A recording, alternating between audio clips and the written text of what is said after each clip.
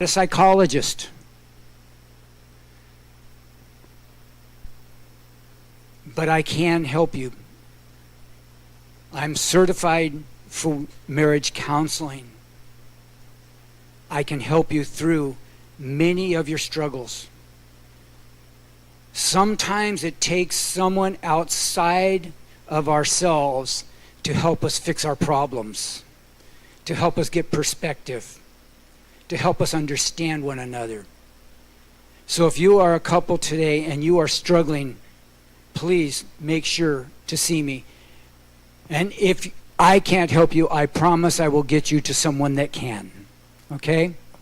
And George just came up and reminded me of something that I assumed, and you know what happens when we assume, right?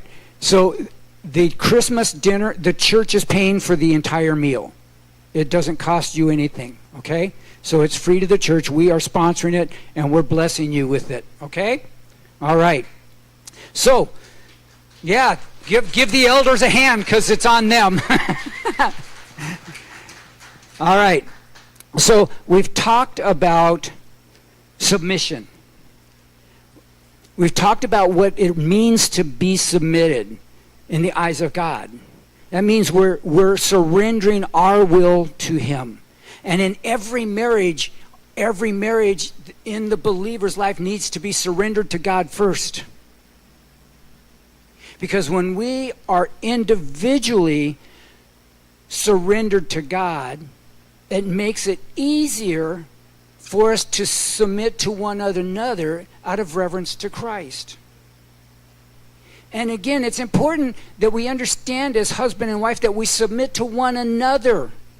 There's no one subservient. You are equals in this relationship. You both bring value and insights, and you're both the leaders in your home. And you need to allow each other to do that. Yes, the scriptures say that man is the head of the house. But if you read what Jesus did, he laid his life down for the church, and that's what men are called to do. If you want to be the leader in your home as a man, lay down your life for your wife. If you will do that, your wife will submit to you. But if you expect her just to do it because you think you're all of that, it's not going to work out well for you. Because women need to be treated as equals. When we do that, it will help us to be better husband and wives, and even more importantly, it will help us be better parents. And that's what I want to talk about today. So a pastor received this email. Whoever sent it didn't tell him who they were. It goes on this way. Reasons why I owe my mother. Things she taught me about life. My mother taught me about religion. You better pray that Kool-Aid will not come out of the carpet, or will come out of the carpet. My mother taught me about logic. Because I said so, that's why. My mother taught me about foresight. Make sure you wear clean underwear in case you're in an accident. My wife still reminds me of that one. I'm kidding. My mother taught me about irony. Keep crying and I'll give you something to cry about. My mother taught me about the science of osmosis. Shut your mouth and eat your food. My mother taught me about stamina. You sit there until all that spinach is gone. I can relate to that one. My mother taught me about weather. This room of yours looks like a tornado went through it. My mother taught me about the circle of life. I brought you into this world and I can take you out. My mother taught me about behavior modification. Stop acting like your father. And my mother taught me about envy. There are millions of less fortunate children in this world who don't have wonderful parents like you do. And my mother taught me about anticipation. You just wait until we get home. Yeah, we owe our parents a lot about life. You see, one thing we can be sure of, one way or another, we're going to learn about life. And one way or another, your children are going to learn how to be adults.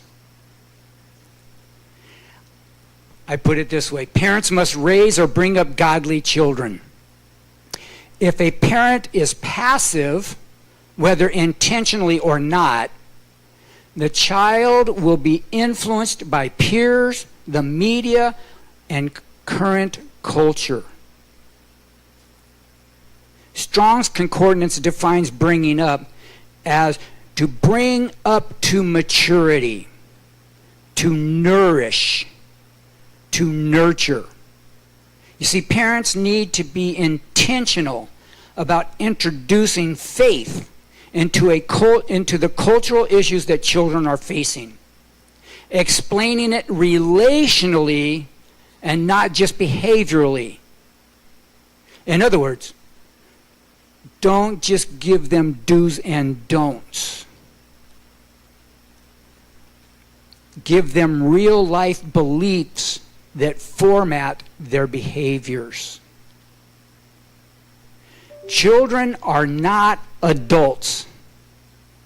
They need to be trained, they need to be taught, and yes, they need to be disciplined. The point being, if you don't raise your children, someone else will.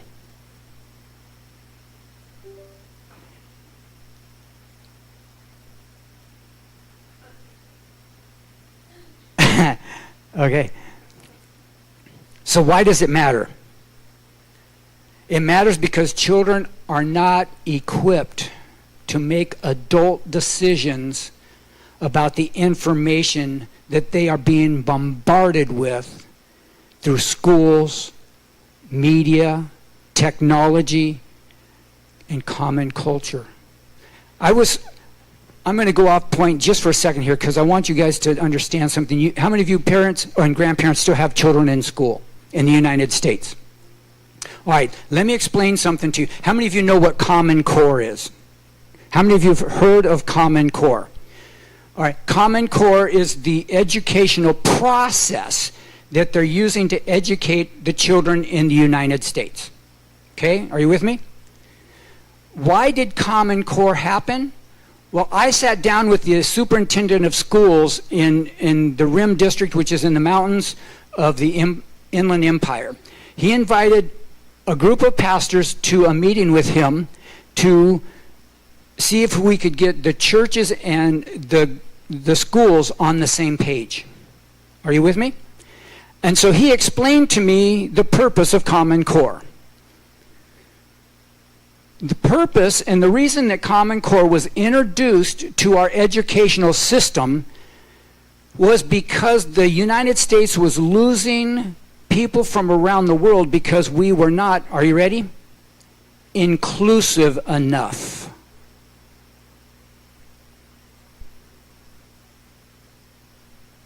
It wasn't about a better education. It was about getting more funding to the schools by being more inclusive about the LGBTQ way of life. This came from the superintendent of schools. And he invited us as pastors to get up on a podium with him and support that. Not one of the pastors in the room agreed to go up on that platform with him because we don't agree with what that system is teaching your children.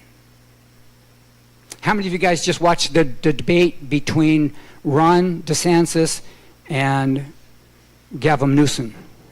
How many of you heard the point that Ron DeSantis made about the book that should be banned from schools? The pornography in that book is being taught to little children. It's not going to high schools. It's to children Anthony's age and younger. How many of you want your children to be seeing that kind of stuff? How many of you parents want to have drag queens coming to the school and reading to your kindergartners? If the church doesn't raise the children, if parents don't take the active role to raise their children, the world will. We need to be, excuse the term, better parents. Deuteronomy chapter 4.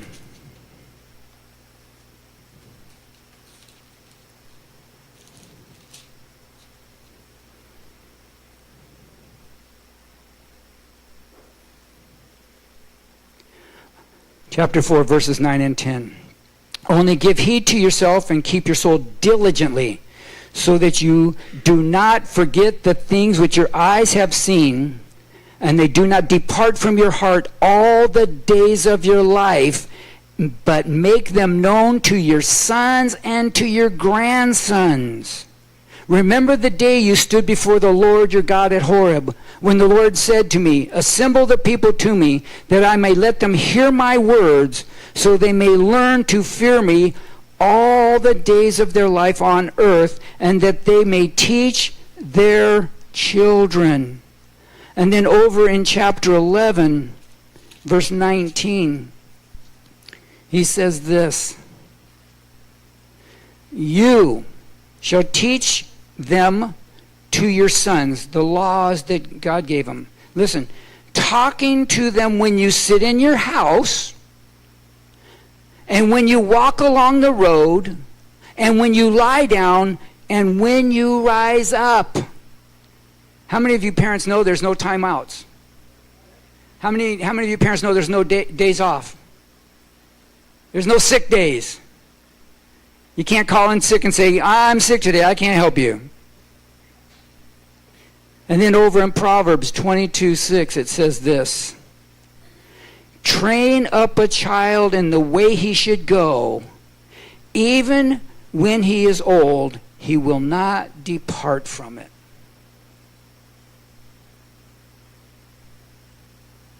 Now, I know that that's a challenging statement because I know Christian people that have raised children that have not come to the Lord. Children do make their own choices, and you can't force them. But if you love a child to God, let me repeat that. If you love a child to God, they will never forget it. And when they hit a crisis point in their life, they will remember what you taught them. They may not respond, but you have done the job of making sure they know. So, first, parents must begin by communicating that Christianity isn't about behaviors, but about what we believe. Children learn from adults how to behave like adults. Unless the parents are taking it, then they will learn from whatever source is speaking the loudest about what they believe. What we think determines what we believe. What we believe determines what we do.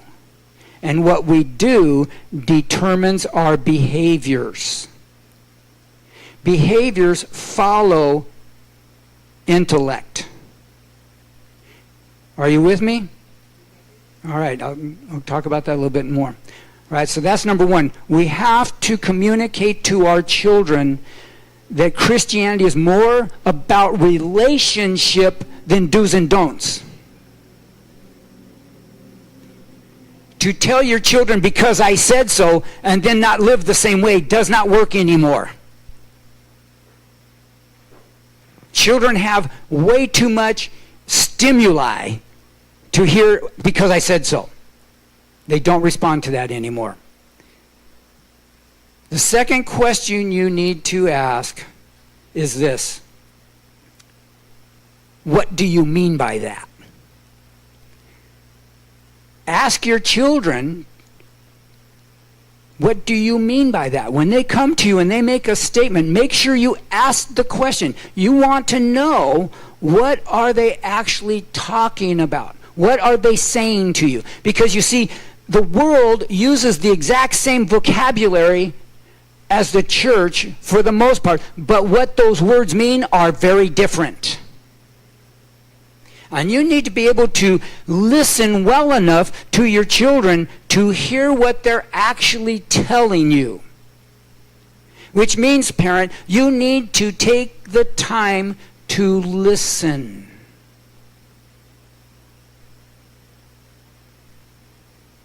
Don't be in such a hurry to tell them what to do. Don't be such in a hurry to tell them right or wrong.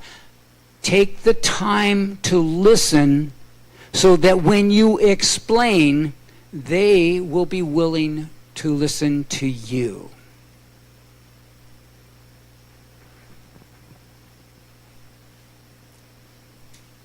The battle for their hearts and minds is in the definitions that they embrace. Or, as C.S. Lewis would say, they assume. How many of you ever heard that one? They assume this is what you said. I can tell you for many years I assumed I understood my wife until I started to actually listen to her and ask her, what do you mean by that? So that she could define it for me, and then I could say, oh, I get that. I understand where you're coming from.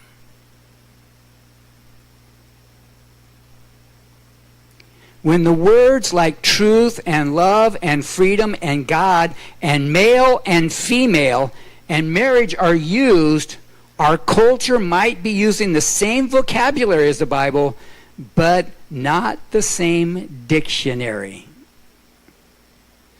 And fighting for those definitions are the ways to get underneath what's happening in our culture to that worldview level. Parents, learn to communicate with your children. Grandparents, when you are with your grandchildren, yes, it's all about spoiling them. I totally get it. But you cannot assume that their parents are teaching them what they need to know. But as a different voice, because they listen to you differently than they do their parents, you have a better opportunity to teach them about Christ in the issues of their lives than some of the parents do. That being said, you need to be educated about what's going on in the world today. Let me be clear. I may get in trouble for this statement, but let me be very clear. The LGBTQ are coming after your children. It is their agenda, and you need to understand that agenda and how to speak about it. You need to be able to talk to your little boy and your little girl when they're going through an identity crisis that they don't understand. Because the world's going to tell them stuff that is not true. There are people out there now that are saying as adults, do not allow your children to go through transition. You'll ruin their lives. But because the other voices are so loud, nobody's hearing it. We need to be able, as men and women of God, to help raise children of God, boys and girls. Boys need to be identified as boys. And girls need to be identified as girls. Now, they're going to get confused. It happens. But as a parent, you need to be the one to step in and explain to them that God created them that way and they're beautiful the way God made them. And make them feel secure in themselves again. If you don't, someone will try to steal that child and what they believe. But if you don't speak to them in a way that they will listen, you're going to lose them. Now, the world's ideology on gender is off the maps, off the charts, and more power to them. That's their belief system. They can have their belief system. Do not bring it into my church. Do not bring it to my children. I'm not telling them they can't believe what they want to believe. But don't be forcing your beliefs down my throat. Any more than I'll force my beliefs down your throat. But I have the right, and you have the right as a parent, to identify as a man and a woman and a girl and a boy. But if you don't take that stance, when that child is going through that crisis, and they will go through that crisis because we all did, in this new day, it's very different than when we were growing up.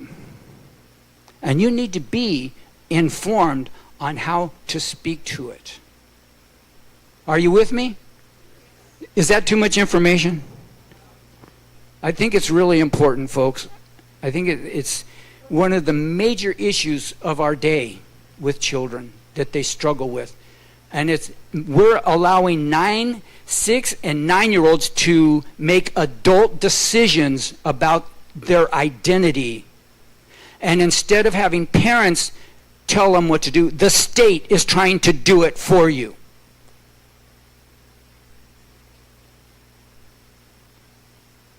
If parents don't stand up and say stop, it will get even worse. Okay? I believe that God created man and woman only.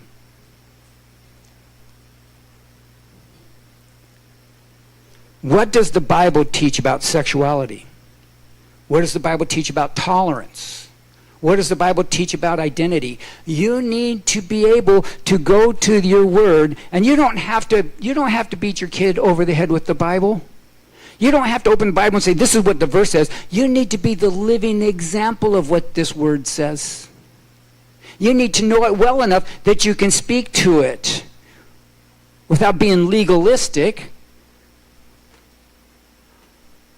or intolerant. See, I have a nephew that's gay. I love him to death. I do not agree with this lifestyle, but I love him to death. He's a good guy.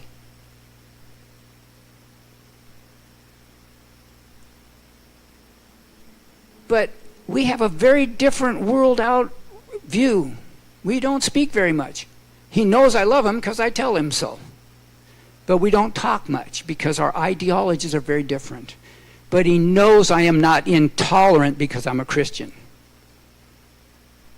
Because I love him. Are you with me? And we need to be able to say that, folks, as believers. Let me give you an example. All right? I'm going long, sorry. All right. If you are going to take a strong stance against homosexuality, then you also need to take a strong stance against men and women living together outside of wedlock. Because there is no difference. But we seem to tolerate the one more than the other, when they're both the same thing. We need to love both of them. We don't have to agree with their lifestyle, but we need to love them enough that when we talk to them, they know they are loved even if we disagree. Are you with me? All right. All right, so what does the Bible say about all this? All right, so let's go. We're gonna wind this thing up. Are you with me? Turn in your Bibles. Ephesians chapter 6. A couple of quick verses, and then I'm going to do a quick explanation, and we're going to let the ladies have their lunch. All right. Children, obey your parents in the Lord, for this is right. Honor your father and mother, which is the first commandment with a promise. Boy, I wish I'd have known that better when I was a kid. I'm just saying, all right? So that it may go well with you, and that you may live long on the earth. Verse 4. Fathers, and I would put fathers and mothers there, or parents. Do not provoke your children to anger, but bring them up in the discipline and instruction of the Lord. It's pretty much what I've been talking about. Now, the dictionary defines exasperate or to provoke. It's to irritate to a high degree, to annoy extremely, to increase the intensity or violence of hard feelings, etc. Parents are not to provoke their children. So how do you do that? How do you teach them? How do you discipline them without exasperating them or provoking them? All right, so let me give you some ideas. This is not a thorough, complete explanation. I'm sure there's better books out there than me, but I'm just going to give you a couple of quick ones. When you are bringing your child up, don't push so hard that they miss the truth and the point of your training.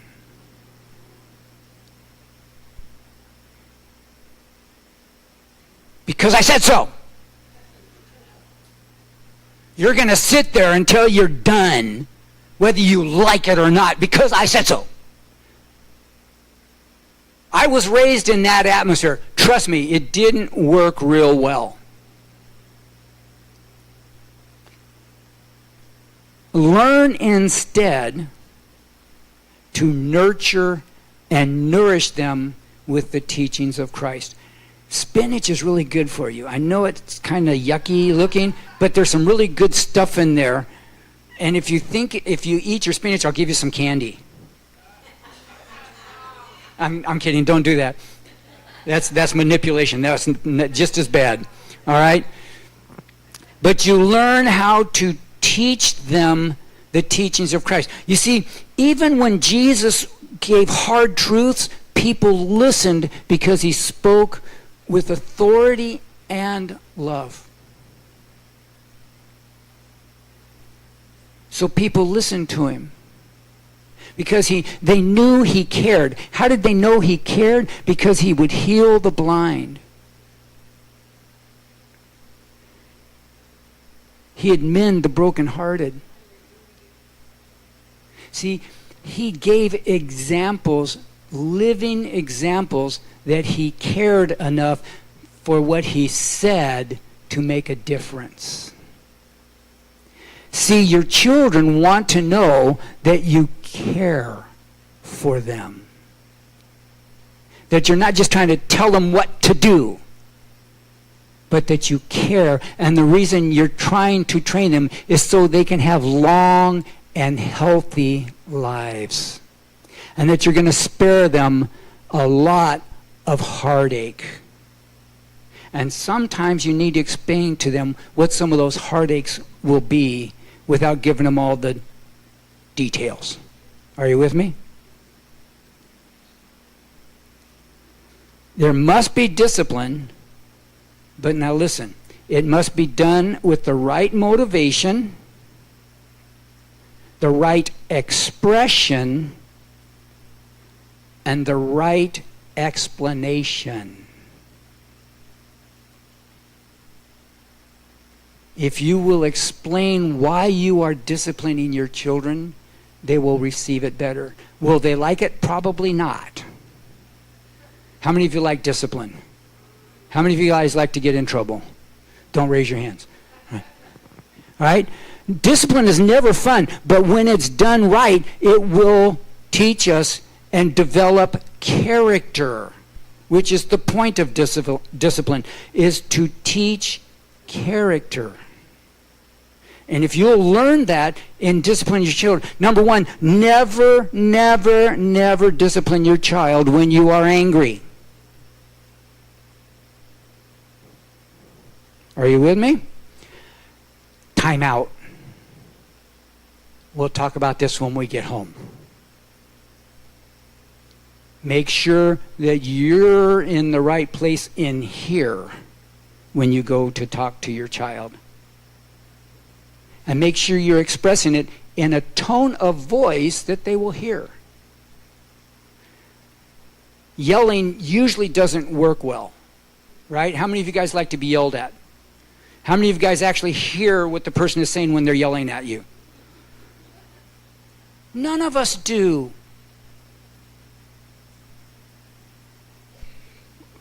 When we learn to talk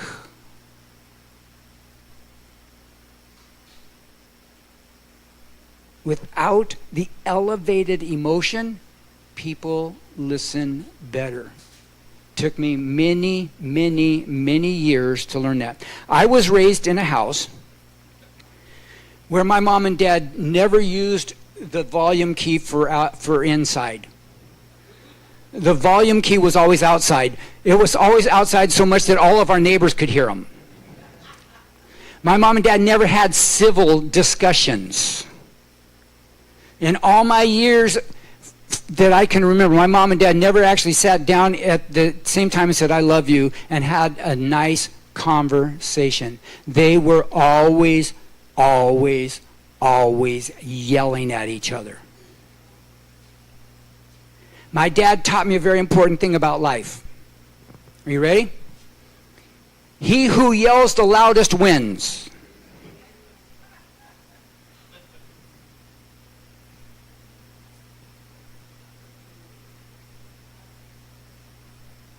What a horrible way to grow up. I carried that into my adulthood. I carried it into my marriage until God healed my heart and showed me different through a loving wife.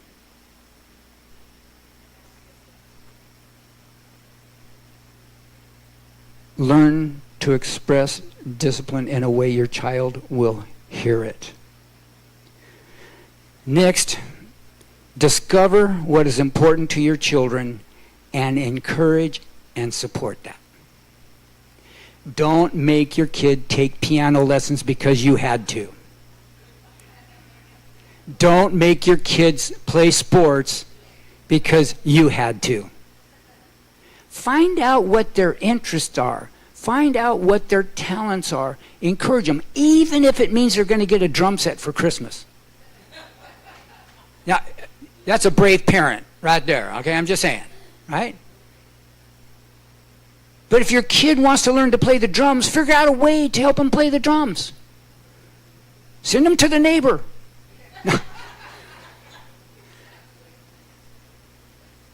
That was a joke, okay? But send them to a school. Whatever it takes. But find out what is important to your children, what matters to them, and then spend times nurturing that. If you will spend that time with them, when it comes to a time of crisis, your child will come to you instead of other sources. Because they know you care enough to listen. You care enough to know what matters to them. Do you need to train your children? Do you need to discipline your children? Absolutely. Absolutely. But learn how to do it correctly. That they'll receive it, and in receiving it, they will develop great character and become great men and women of God that will pass the same down to their children for the next generation to come. Because see, that's the mandate from God. The mandate from God is that we raise up our children, because if you don't, someone else will.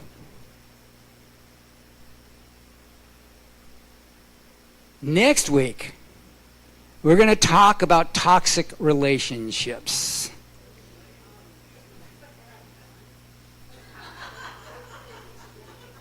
I can see we're really excited about this one. Are you in a toxic relationship? And if you are, how do you handle it? That's what we're going to talk about next week. Let me pray for us. Let me give an invitation here. I've gotten away from invitations at the end of service